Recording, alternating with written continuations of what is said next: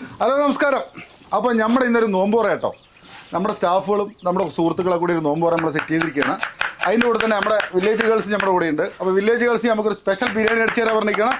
Hi, ഞങ്ങൾ ഇന്നൊരു ഞങ്ങളുടേതായിട്ടുള്ള പുതിയൊരു ബിരിയാണി ചെയ്യാൻ പോകുന്നത്. വേറെ സ്പെഷ്യൽ നിറയുണ്ട്, അതിലൊരു ഐറ്റംസ് ഞങ്ങൾ ചെയ്യാൻ പോകുന്നത്. വെറും ബിരിയാണി അല്ല, ഹൈദരാബാദ് ബിരിയാണി, അതും ജീരകശാല അരിയിൽ ഞാൻ സ്പെഷ്യൽ ബിരിയാണി ഞങ്ങൾ ചെയ്യാൻ പോണത്. നോമ്പ് തുറക്കാൻ സമയമായിക്കൊണ്ടിരിക്കുകയാണ്. അപ്പോഴേക്കും പൊതിനയിലയും മല്ലിയിലയും നാരങ്ങയൊക്കെ പിഴിഞ്ഞെടുക്കാം. ജീരകശാല അരി നമുക്ക് കഴുകിയെടുക്കാം. ആദ്യം നമുക്ക് കുറച്ച് ഓയിൽ ഒഴിച്ചിട്ട് അണ്ടിപ്പരി മുതിരും വറുത്തെടുക്കാം. എണ്ണ ചൂടായിട്ടുണ്ട്, നമുക്കിനി ഇത് വറുത്തെടുക്കാം. അണ്ടിപ്പരിപ്പ് ആദ്യം വറുത്തെടുക്കാം കേട്ടോ.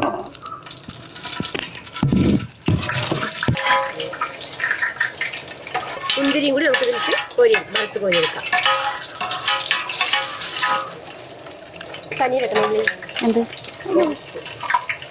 ചുള്ളി വറുത്തെടുക്കാം.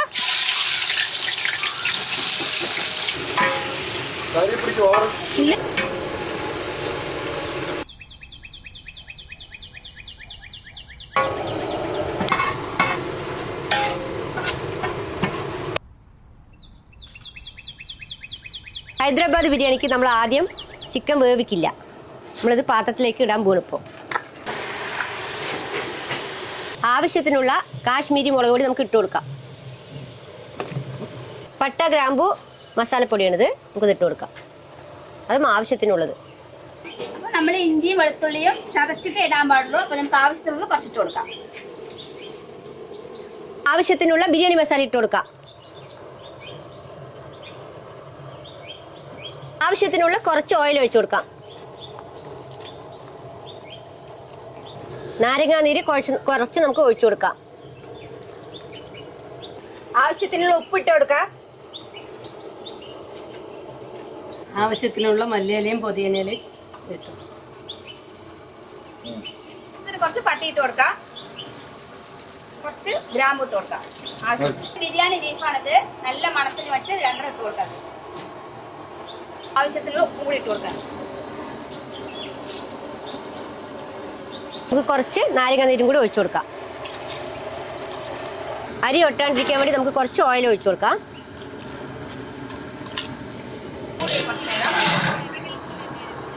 ശരി. ചിക്കനിൽ നമുക്ക് കുറച്ച് തൈരും കൂടി മിക്സ് ആക്കി കൊടുക്കാം. ഉള്ളി വറുത്ത് വെച്ചിരിക്കുകയാണ്, അത് നമുക്ക് മസാലയ്ക്ക് ഇട്ട് കൊടുക്കാം. മസാല എല്ലാം ഇട്ട് കൊടുത്ത് നമുക്ക് നന്നായിട്ട് ഇളക്കി കൊടുക്കാം.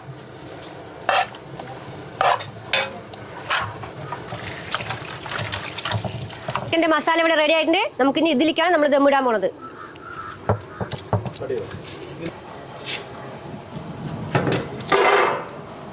നമുക്ക് അരിയിട്ട് കൊടുക്കാം.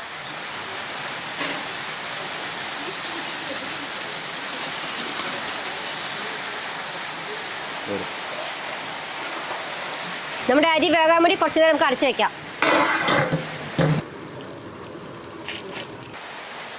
അരി ഇപ്പം നല്ല കറക്റ്റ് വേവായിട്ടുണ്ട്. നമുക്കിനി ഇത് എടുത്ത് കോരി അതിലിട്ട് കൊടുക്കും. ഇട്ടിട്ട് ദമ്മിട്ട് കൊടുക്കാം. നമുക്ക്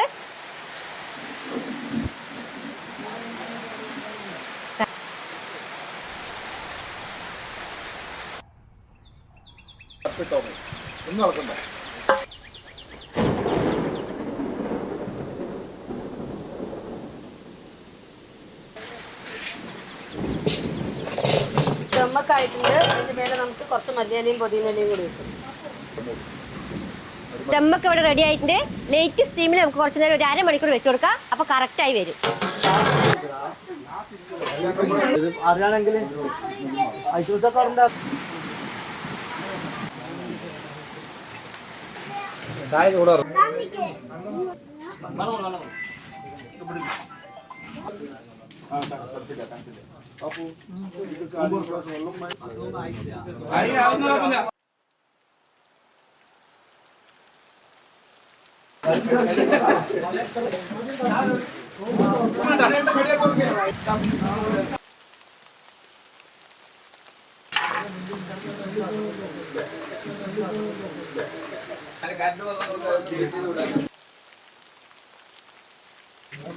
അതാ ക്ലാസ് ഇതാ സാറേ.